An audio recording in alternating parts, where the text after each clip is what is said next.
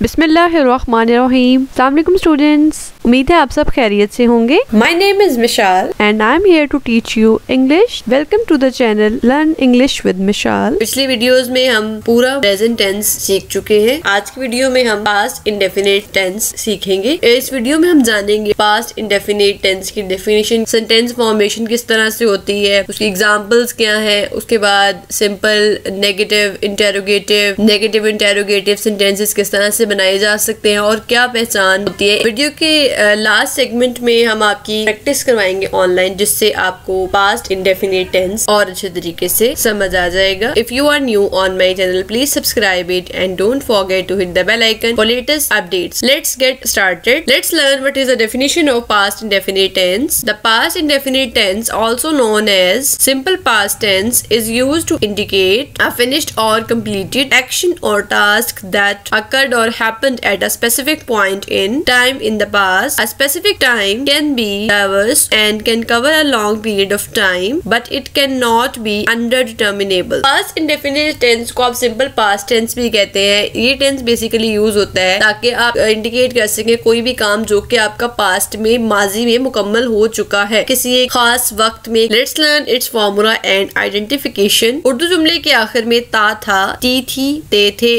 और अलिफ छोटी है, बड़ी है वगैरह आता है। प्रेजेंट परफेक्ट में पढ़ा, उसमें मैंने आपको पहचान बताई थी, अलिफ है, छोटी है, बड़ी है, जुमले के आखिर पे आता है। लेकिन इसमें आपको सिंपल अलिफ छोटी है बड़ी, जैसे कि उसने खाना बनाया, उसने चाय पी, उसने तस्वीर देखी, क्लियर। खाली अलिफ छोटी है बड़ी है पे एंड हो रहा है। अगर जुमला इस तरीके से होगा, उसने काम कर लिया है, तो ये प्रेजेंट परफेक्ट होगा। लेकिन उसने काम किया, that is past indefinite tense. Clear. हमने एक जुमला देखा उर्दू में, वो जुमला कुछ इस तरह से था, सना ने चाय बनाई यानी कि छोटी एंड पे आ गया, तो हमें पता चला ये पास्ट इंडेफिनिट के। अब हमने इसको ट्रांसलेट करना है इंग्लिश में, तो वो आप किस तरह से कर सकते हैं, आइए जानते हैं फॉर्मूला। सबसे पहले सब्जेक्ट यानी कि जुमले में जो काम कर रहा है, वर्ब की सेकंड फॉर्म और ऑब्जेक्ट। इसमें आपको कोई हेल्पिंग वर्ब इस्तेमाल नहीं होता, सिर्फ आपने वर्ब की सेकंड फॉर्म यूज करनी है। जुमला ये था, सना ने चाय बनाई, तो Sana made the tea. Clear. Simple sentences basically ऐसे सेंटेंसेस होते हैं जिनमें कोई सवाल नहीं किया जाता, कोई नफी नहीं की, इन्हें अफर्मेटिव सेंटेंसेस भी कहते हैं। इनका फॉर्मूला में जो आपको बताया वही है, सब्जेक्ट प्लस वर्ब की सेकंड फॉर्म प्लस ऑब्जेक्ट। इसकी एग्जांपल्स देखिए। इसने मुझे टेलीफोन किया, अलिफ पे एंड हो रहा है, इसका मतलब पास्ट इंडेफिनिट है। इसने मुझे टेलीफोन किया है, दैट इज प्रेजेंट परफेक्ट। ठीक है। He rang me up, ring up होता है टेलीफोन करना, और तो second form rang up. Me pronoun का केस है, ऑब्जेक्टिव केस। प्रोनाउन केसेस हम आपको प्रोनाउन वीडियो में बता चुके। अगर आपने अभी तक प्रोनाउन के केसेस नहीं सीखे और आप वो सीखना चाहते हैं तो डिस्क्रिप्शन में मौजूद उसके लिंक से आप वो देख सकते हैं। इसने घोड़े की सवारी की, ही रोड अ हॉर्स। कल हम चिड़ियाघर गए, वी वेंट टू जू यस्टरडे। प्रपोजिशन की वीडियो में हम ये भी बता चुके हैं टू आपने कब यूज करना है। मैं आपको थोड़ा सा रिकॉल करा देती हूँ। जब भी आपने किसी स्पेसिफिक जगह की तरफ पॉइंट आउट करना हो तो आप टू इस्तेमाल करें। नेगेटिव सेंटेंसेस ऐसे सेंटेंसेस है जिनमें नफी की जाती है, जिनमें इनकार किया जाता है। पास्ट इंडेफिनिट के नेगेटिव सेंटेंस की ये पहचान है कि उसके एंड पे वही पहचान होगी, यानी कि ता था, ती थी, ते थे,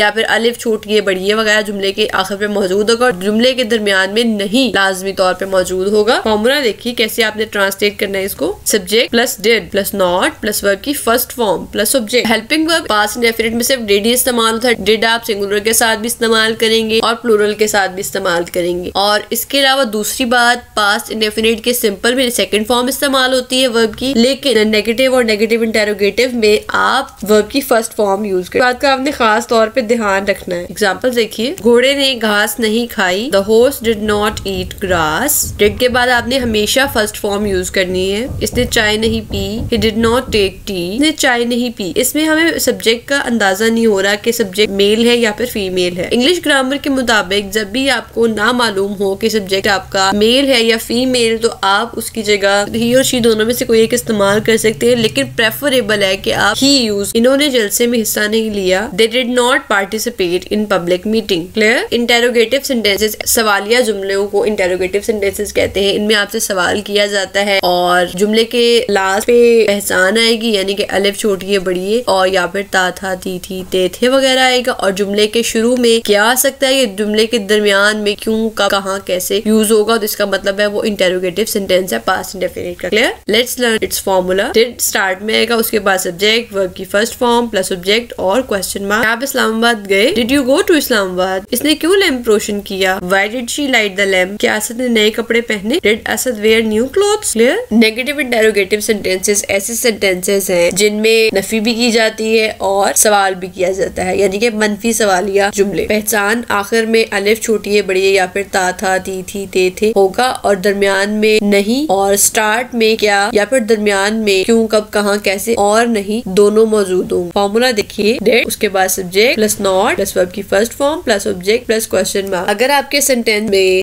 WH फैमिली यानी कि क्यों कब कहाँ कैसे यूज होगा तो आप इंग्लिश में ट्रांसलेट करते हुए सबसे पहले वो ये लिखना है, जैसे कि वाई व्हेन वेयर, तो आपने बिल्कुल स्टार्ट में लिखना है और उसके बाद डेट और फिर सेम फॉर्मूला यही रहेगा। किंजा पार्टी पर क्यों नहीं मुस्कुराई? Why did Kinza not smile on party? असातिज़ा ने शरारती लड़कों को कब सजा नहीं दी? When did teachers not punish the naughty boys? क्या आपने कपड़ों पर ज्यादा खर्च नहीं किया? Did you not spend too much on clothes? Clear? Mistakes in the use of past indefinite tense। बहुत से स्टूडेंट्स past indefinite tense को इस्तेमाल करते हुए कुछ गलतियां करते हैं जिसकी वजह से पूरा सेंटेंस रॉन्ग कंसीडर होता है। तो आइए जानते हैं वो कौन सी मिस्टेक्स हैं। Don't use was were। past indefinite tense में आप बिल्कुल was और were इस्तेमाल नहीं करेंगे। Don't use second form in negative interrogative sentences। आपने कभी भी नेगेटिव इंटेरोगेटिव और नेगेटिव इंटेरोगेटिव वर्ब की सेकंड फॉर्म बिल्कुल यूज नहीं करनी। आपने डिड के बाद सिंपल फर्स्ट फॉर्म यूज करनी है। Always use second form in simple sentence. Past indefinite के सादा जुमलों में आपने सिर्फ वर्ब की सेकंड फॉर्म इस्तेमाल करनी है। ये बात थोड़ी सी ट्रिकी है कि आपने सिंपल में सेकंड फॉर्म इस्तेमाल करनी है, जबकि नेगेटिव और नेगेटिव इंटेरोगेटिव और इंटेरोगेटिव में आपने फर्स्ट फॉर्म यूज करनी है। प्रैक्टिस करेंगे तो इंशाल्लाह you will be master of it. Clear? It's time to practice what you have learn. जब तक टेंसेस की आप प्रैक्टिस नहीं करेंगे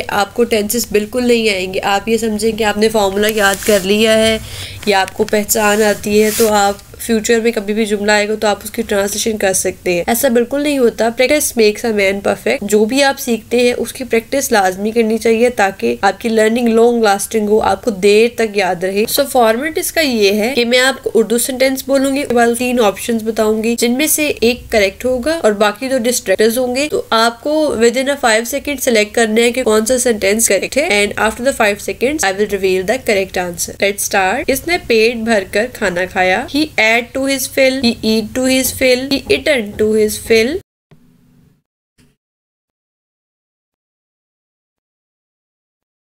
Correct is he ate to his fill। Doctor ने मरीज की नब्ज देखी। Doctor was examining the pulse of patient। Doctor examined the pulse of patient। Doctor examining the pulse of patient।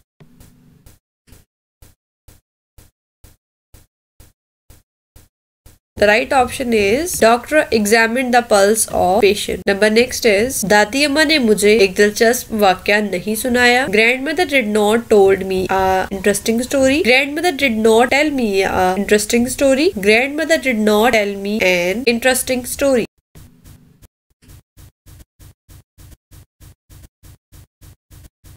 Correct one is grandmother did not tell me an interesting story। Number next is क्या मरीज ने कल दम तोड़ दिया? Did the patient breathe his last yesterday? Did the patient breathe his last yesterday? Was the patient breathed his last yesterday?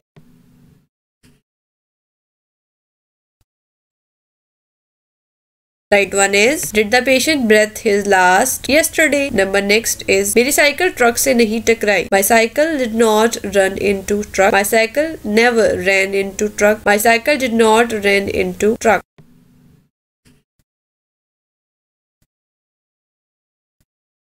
Correct one is my cycle did not run into truck। Number next is क्या इसने आपको बिला वजह गालियां दी? Did he abuse you without reason? Did he abuse your without reason? Did he abused you without reason?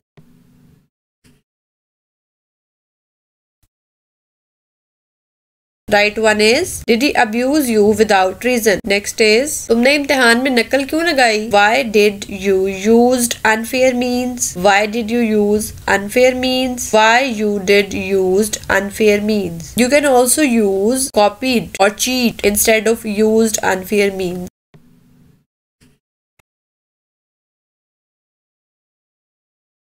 Right one is why did you use unfair means? Number next is क्या आपने headmaster का इस्तकबाल नहीं किया? Did you not welcome the principal? Did you welcome not the principal? Did you not welcome the principal?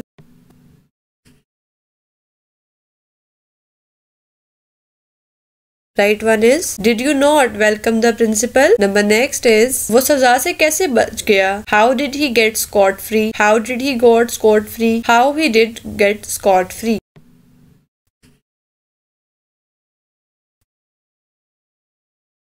Right one is, how did he get scot free? Next one is, driver police को देखकर sir पर पांव रखकर भाग गया. While seeing the police, driver take to his heels. While seeing the police, driver took to his heels. While seeing the police, driver took to his heels.